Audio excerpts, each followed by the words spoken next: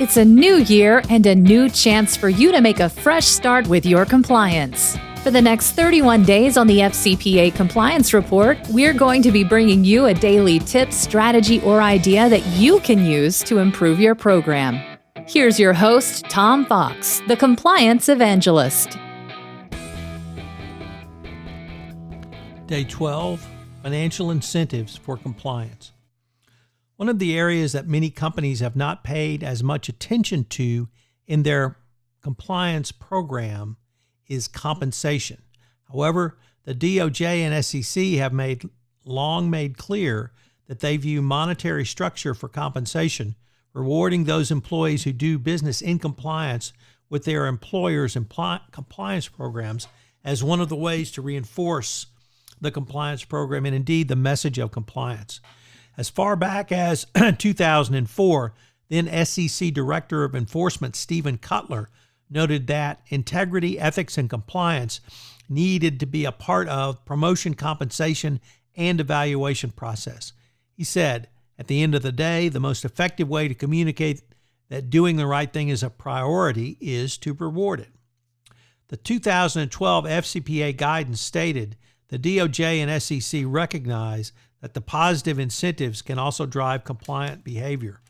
These incentives can take the form, many forms, such as personnel evaluations, promotions, rewards for improving and developing a company's compliance program, and rewards for ethics and compliance leadership.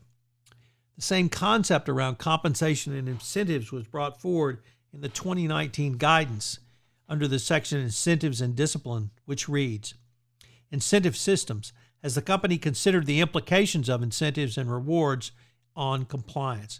Has the company incentivized compliance and ethical behavior?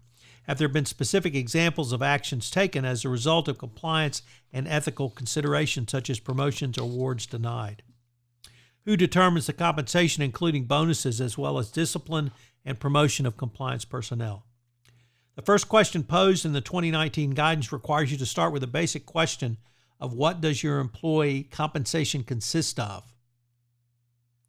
Is it variable? Is it straight salary? Is it a combination? Is it discretionary? Or a combination of all the above? Under the second question, you need to determine that you have thought through this issue. The DOJ does not mandate one solution or formula, only that it be well considered. Add, of course, that whatever approach you come up with must be documented.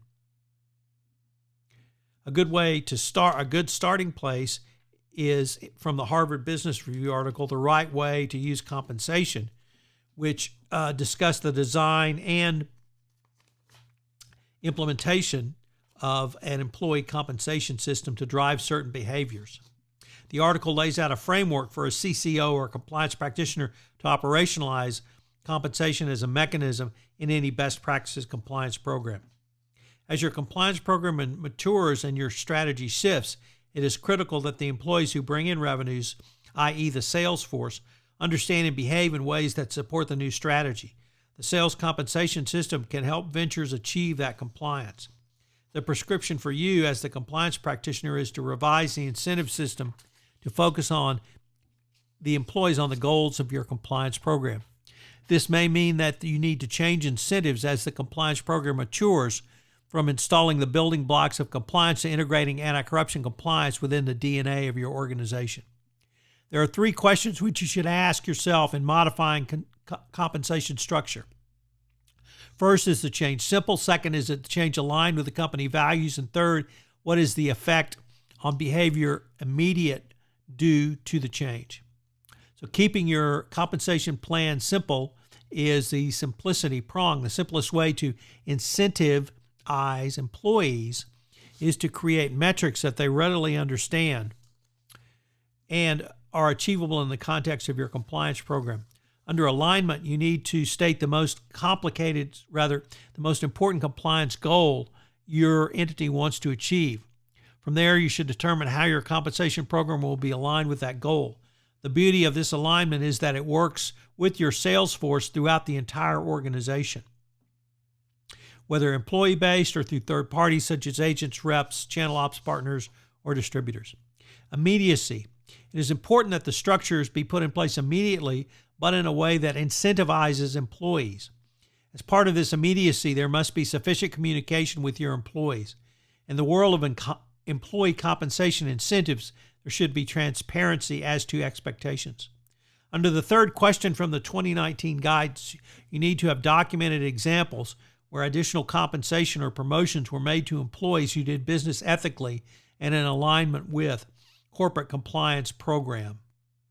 The fourth question goes to a different direction by asking who in the organization is evaluating and then setting compensation of the CCO and compliance personnel. So is it the CEO? Is it HR? Is it the legal department? What's your rationale, and is that rationale explained?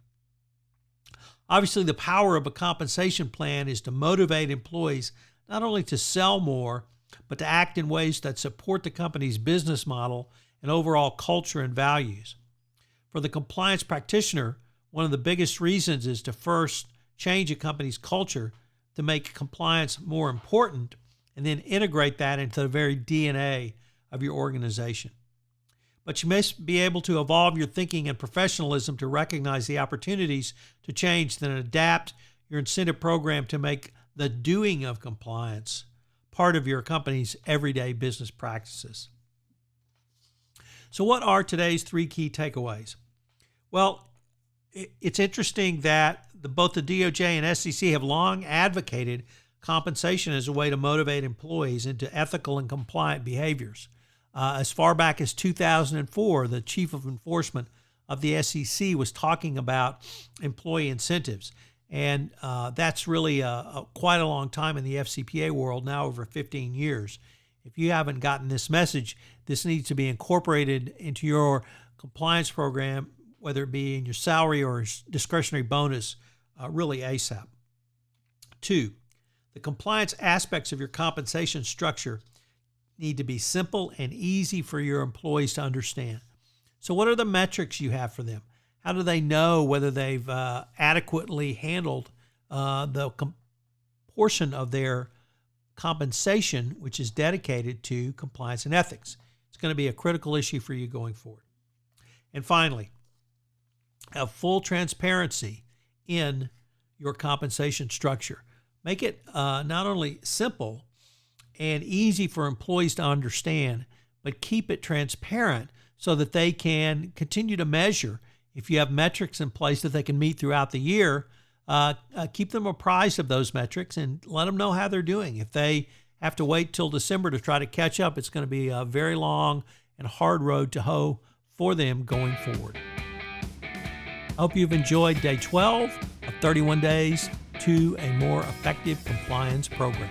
I hope you will join me again tomorrow when I take up another strategy, tactic, or pointer that you can use in your compliance program.